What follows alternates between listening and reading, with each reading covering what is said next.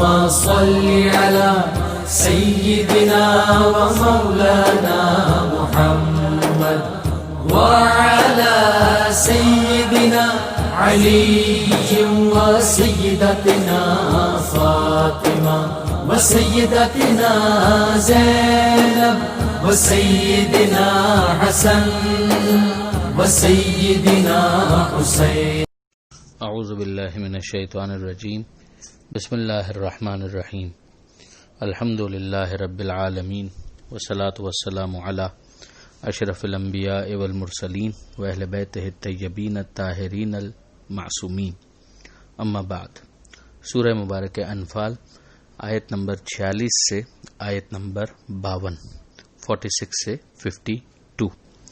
گزشتہ صفحے کی آخری آیت میں پروردگار عالم نے صاحبان ایمان کو مخاطب کر کے یہ ارشاد فرمایا تھا کہ جب تمہاری مٹبھیڑ ہو، مقابلہ ہو دوسرے کسی گروہ کے ساتھ، تو ثبات قدم کا مظاہرہ کرو اور اللہ کا ذکر کرو کثرت کے ساتھ، شاید تم فلاح پا جاؤ.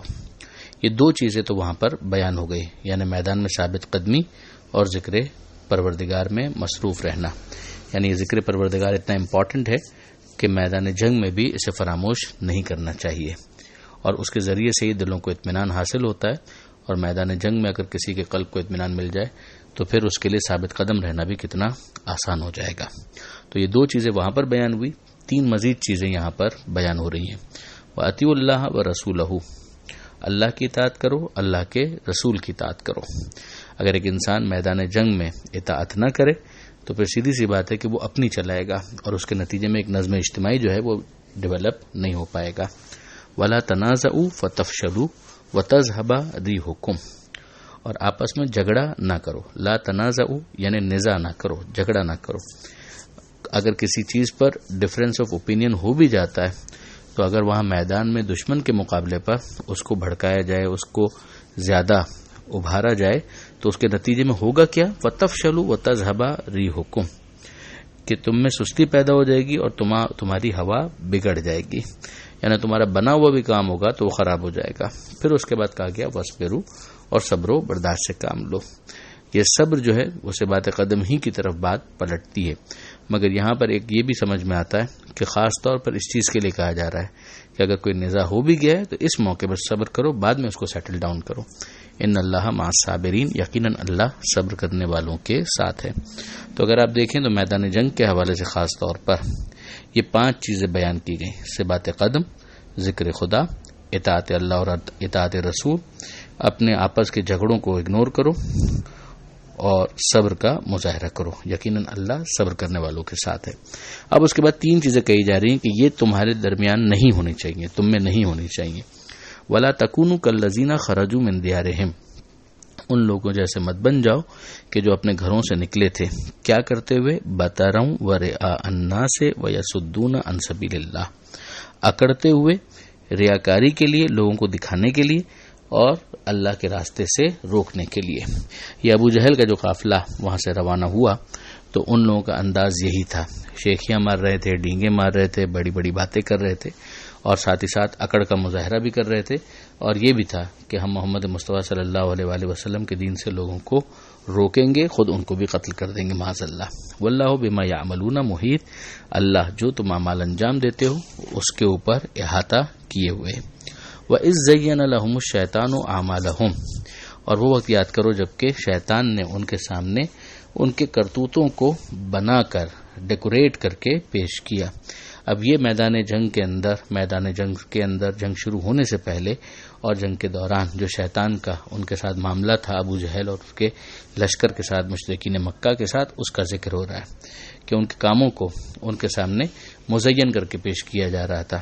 وقال، اور یہ کہتا تھا اس نے یہ کہا، لا غالب لکم اليوم من الناس، کہ آج کے دن لوگوں میں سے کوئی تم پر غالب نہیں آ سکتا.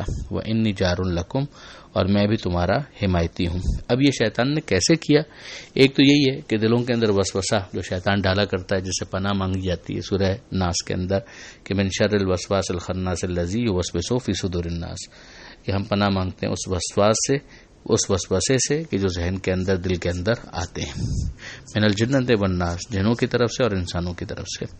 تو ایک شیطان کا ہتھیار وسوسہ ڈالنا تو ہے ہی، مگر یہاں پر بعض مفسرین نے کہا کہ باقاعدہ وہ انسانی شکل کے اندر بھی آیا تھا، جس طرح سے کہ شب ہجرت پیغمبر اکرم صلی اللہ علیہ وآلہ وسلم کے قتل کا منصوبہ سمجھانے کے لیے شیخ نجد کی صورت میں دار الندوہ کے اندر آیا تھا اور مشرکین مکہ کو اس نے مشورے دیے تھے، اسی طریقے سے یہاں پر بھی نام بھی لکھ دیے بعض مفسرین نے کہ فی صورت سراقہ ابن مالک، کہ ان کی شکل بنا کر وہ آیا تھا، اور انہوں نے بعد میں ڈسون بھی کر دیا کہ مجھے پتا بھی نہیں ہے کہ تم میرے بارے میں کیوں ایسی باتیں کر رہے ہو، میں وہاں پر موجود نہیں تھا یا میں نے ایسی کوئی بات نہیں کی تھی۔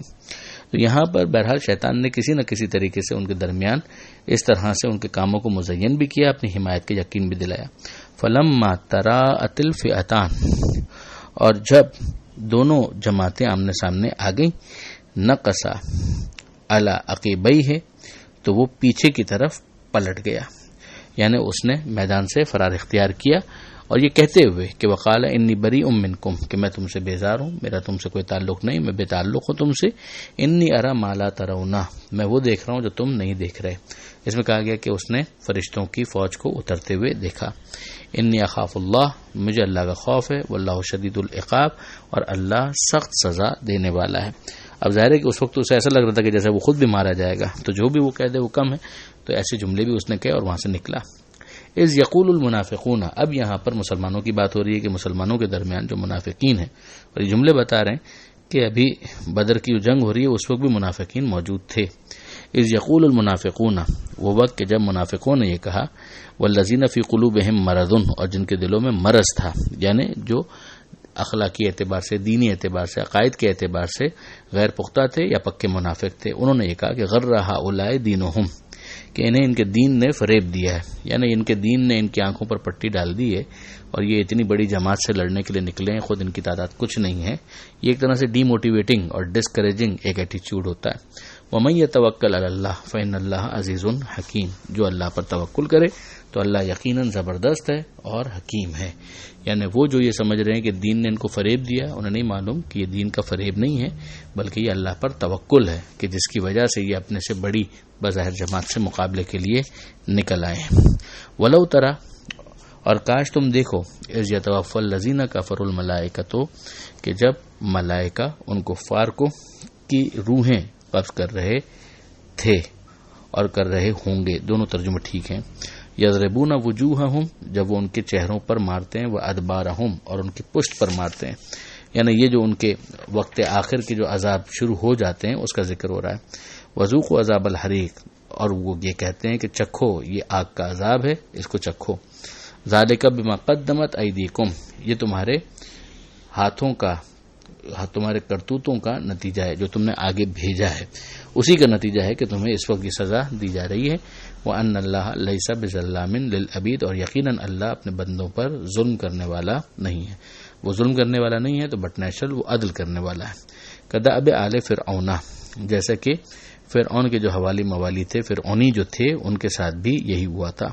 والذین من قبلہم، اور جو ان سے پہلے تھے ان کے ساتھ بھی یہی ہوا تھا۔